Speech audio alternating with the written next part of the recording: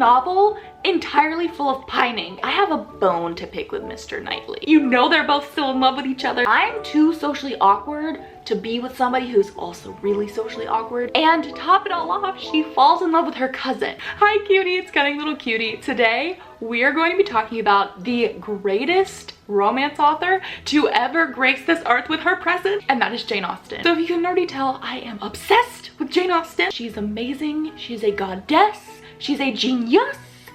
And today we are going to be ranking all of the love interests from her books because that is what she does best. And I have very strong opinions about these. I would love to hear your opinions in the comments and we can kind of chat and discuss and have meaningful conversation about literature, starting with Sense and Sensibility. This, in my opinion, is her most underrated book, I would say, because it's pretty famous and popular, but then I feel like not as many people are like obsessed with these love interests, and I don't know why. Because the first one we're gonna talk about is literally second on this list, and that is Colonel Brandon. Colonel Brandon is such a sweetheart. I love him. He is such a gentleman. Like, he is the type of man that I feel like anybody should be aspiring to marry and to be with. So if you're not familiar with the story, Sense and Sensibility is about two sisters. So we actually have like a 2-for-1 deal on the love interests in this book. But first we're going to talk about Mary Anne's love interests. So Mary Anne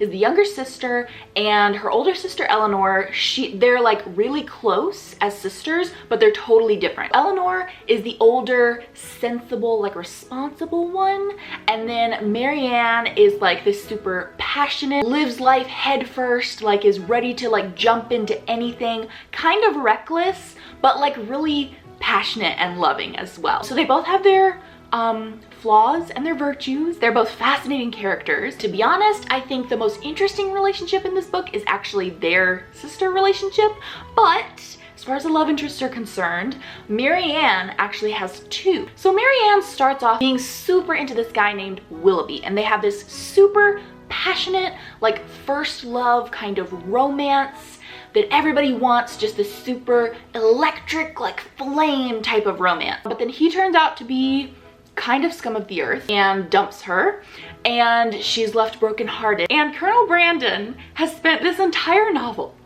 being so in love with Mary Anne, okay? Like so in love with this woman, and just so like quietly loving her from afar because he's like 20 years older than her, and you know, he thinks she would consider him to be a super boring old man, which she definitely does in the beginning of the novel. But then after her relationship with Willoughby ends in like a flaming dumpster fire, she realizes that maybe she should be looking for someone who, yes, on paper might seem a little bit more boring, might seem a little bit more like the sensible choice, but in reality, someone that she can actually build a life with, and someone who treats her right, and someone who meets like high standards for how the women in his life should be treated. I just love Colonel Brandon. Oh my gosh. He does not get the love and appreciation he deserves. And if you're a Harry Potter fan, you definitely need to watch the 1994, I think, version of it, the adaptation, because Alan Rickman plays Colonel Brandon. He plays the cutest little Colonel Brandon I've ever seen in my life. Okay, on the flip side, Eleanor's love interest. I love Hugh Grant, okay? So it pains me to say this, but Edward Ferrars is fairly low on this list. He's actually 6 out of 7, so quite low. He's a good man. Oh, I hate ranking him that low because, nah, maybe he's 5. Okay, we'll put him at 5 out of 7. Because the thing is, he's a good man. He falls in love with Eleanor at very early on in the book, and you think that they're gonna get together. But then it turns out that he has actually had a really long-term, long-distance engagement with this other girl, like since he was a teenager. And even though he's not in love with her anymore, he made a commitment to this one woman, and he wants to honor it. And it's like irritating because you're like, just leave her. I respect it, okay? I respect this man for having dignity and having morals. And then of course, because it's a Jane Austen novel, you know, things work out to where that lady leaves him and then he's able to be with Eleanor and they get their happy ending, of course, you know. But he's just boring. He's so dry. Like usually Jane Austen's love interests have some sort of like, I don't know, there's a little bit of sarcasm sprinkled in there, or there's like another side to them, and there's really no sides to Edward. It's just like simple, very handsome, but like not a whole lot going on. I don't know what to say. He's number 5. Okay, so next up we have Persuasion. I feel like a lot of people who are really into Jane Austen, this is their favorite book, and I understand why. Persuasion reads like one of those super chunky mass paperback romance books. You know what I'm saying? Like, it's so exciting and addicting. It doesn't feel like you're reading like a classic novel. So this story is about second chance romance, and it's crazy that I love it as much as I do, because normally I don't like second chance romance. Out of all of the romance tropes, I would say that's my least favorite. I usually find it very dry and very boring, but that is not the case in this novel. You basically have this couple. You have Anne Elliot and you have Captain Wentworth. And Anne doesn't have a mom. She died when she was young. And so the main kind of like maternal figure in her life is like this family friend. And you find out that I think 7 years prior to like the events of the actual book, Anne and Wentworth were like super in love. They wanted to get married, but this was before he really had a job. And so, you know, maybe for good reason and probably with good intentions, her, you know, older like family friend lady tells her like, look, I don't think this is the guy for you. Like, he's not gonna be able to support you and you should just dump him. And so she does. And, you know, she takes the advice of the trusted person in her life, and Wentworth goes off and joins the military. And she kind of thinks that like, you know, that's the end of that, like I'll never see him again, whatever. But then 7 years later, by a very exciting turn of events, he comes back into her life. And he is now a super successful, rich man, like captain in the army type of guy. But that is like obviously not why she is interested in him. She's been in love with him this whole time. And it's just heartbreaking because it's like the very reason that she felt like she had to say no to him is now completely not an issue. And so both of them, it's just like a novel entirely full of pining. It's just pining and yearning, and like, you know, they're both still in love with each other, but they're like, he's kind of too prideful to really be like, because she really hurt him, you know what I mean? And I understand where he's coming from. He's like, I don't want to degrade myself by like begging for her love again now that I'm rich, you know, she's gonna marry me, like what the heck. And I understand where she's coming from too. She's like, I hurt him too badly, like he would never accept me again, I have to just try and move on. It's so good. I think so for this one, Captain Wentworth is a solid 3 on my list. Okay, like he's a solid love interest. But I think for me, it's more the story that I love and not as much like the love interest himself that I'm like obsessed with. He's a great love interest, but you know, he does let his pride get in the way of his own love and happiness. He's maybe a little bit, you know, stubborn, but he's a good man. Speaking of stubborn and pride, let's move on to Pride and Prejudice. So Pride and Prejudice is obviously the most famous out of Jane Austen's books. It is the one that is generally taught in schools. Is it a great work of literature? Yes, but it's not my favorite one to read. You know what I'm saying? Like, it's my favorite one to analyze. I usually get a lot out of it when I annotate it. I've gone through and annotated it a couple of times actually.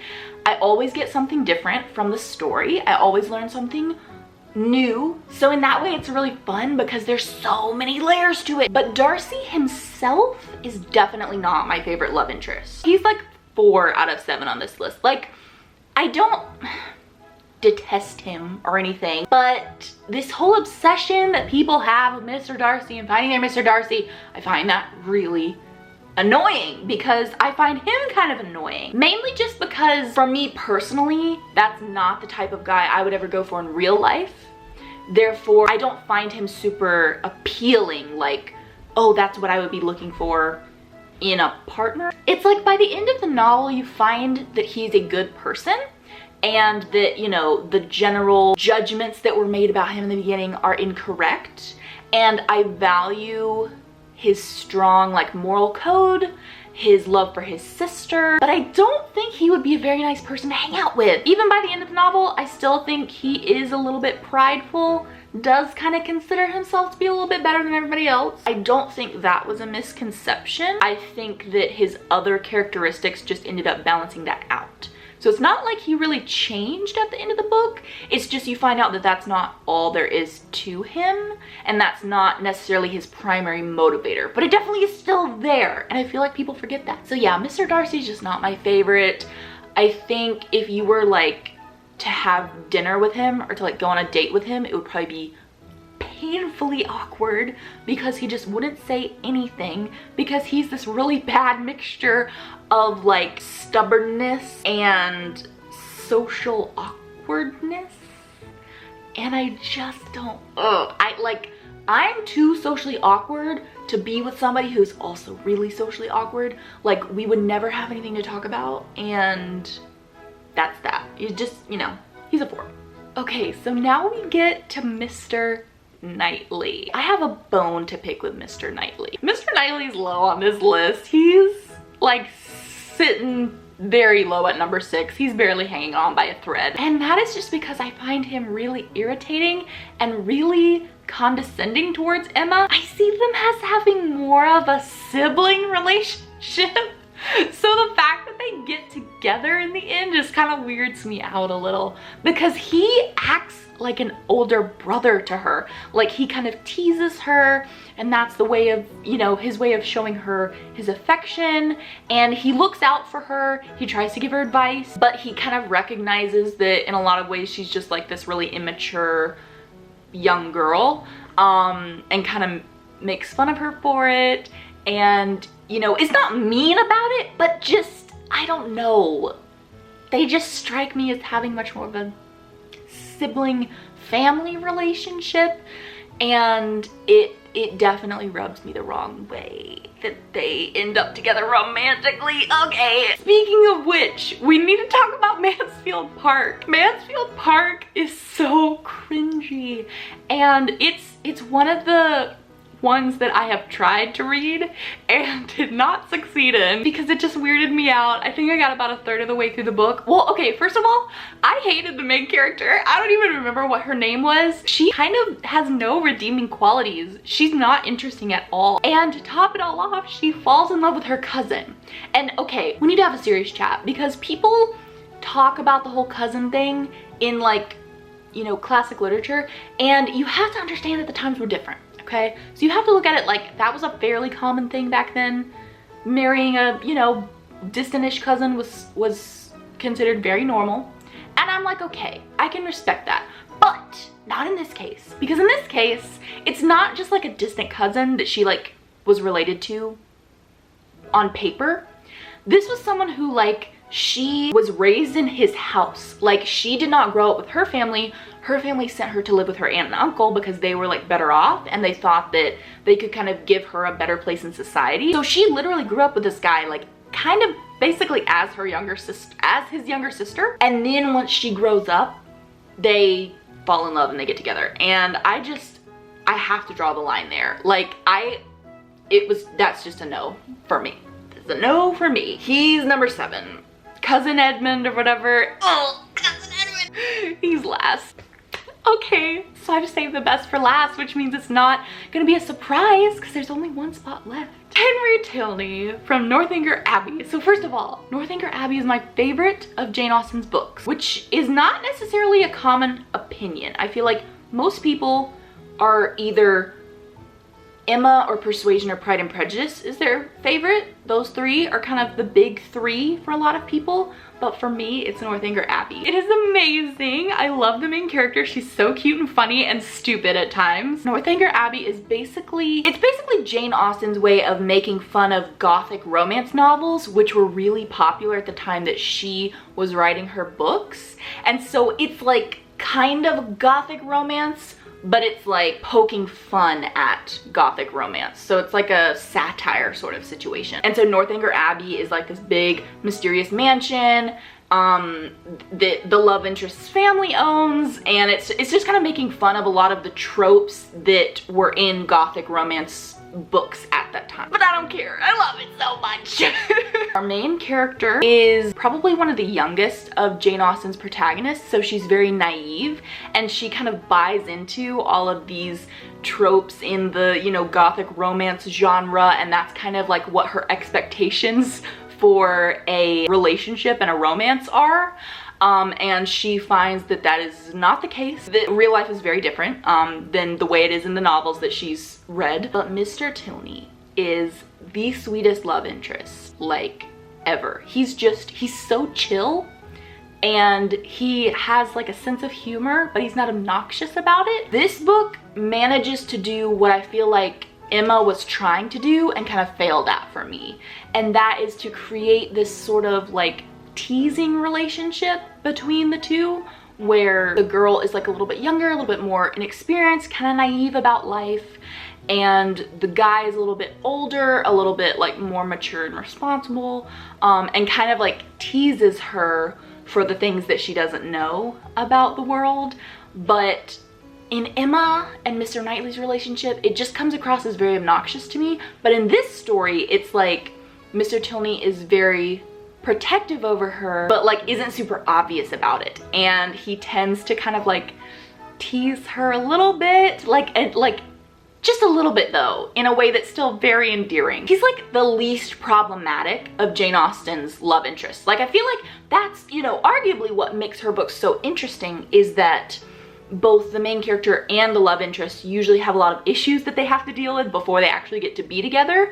But in this book, the issues are more like with his family than with Mr. Tilney personally. So he just gets to be this sweet, genuine, wholesome love interest throughout the entire book. They have like the most relaxed meet cute. They just kind of happen to run into each other at this like public dance, and they just kind of hit it off, and he's very charismatic and charming. They dance and they have fun, and he kind of flirts with her, and she doesn't really realize he's flirting with her. And it's just, I love their dynamic so much. And he has a sister that she ends up being best friends with, and so it's like the three of them always hanging out together, and it is just like the most wholesome, amazing dynamic in any of her books ever. Thank you so much for watching. I had so much fun. Thank you for listening to me just kind of blab on about all of these different books and my theories. I love talking about Jane Austen. Please, I'm serious, please comment what your thoughts are about her books below. If you've read some of her books, if there are books that you want to read but you haven't read yet, let me know. As always, also let me know if there's any way I can be encouraging you or praying for you this week. Otherwise, I will see you next time. Bye.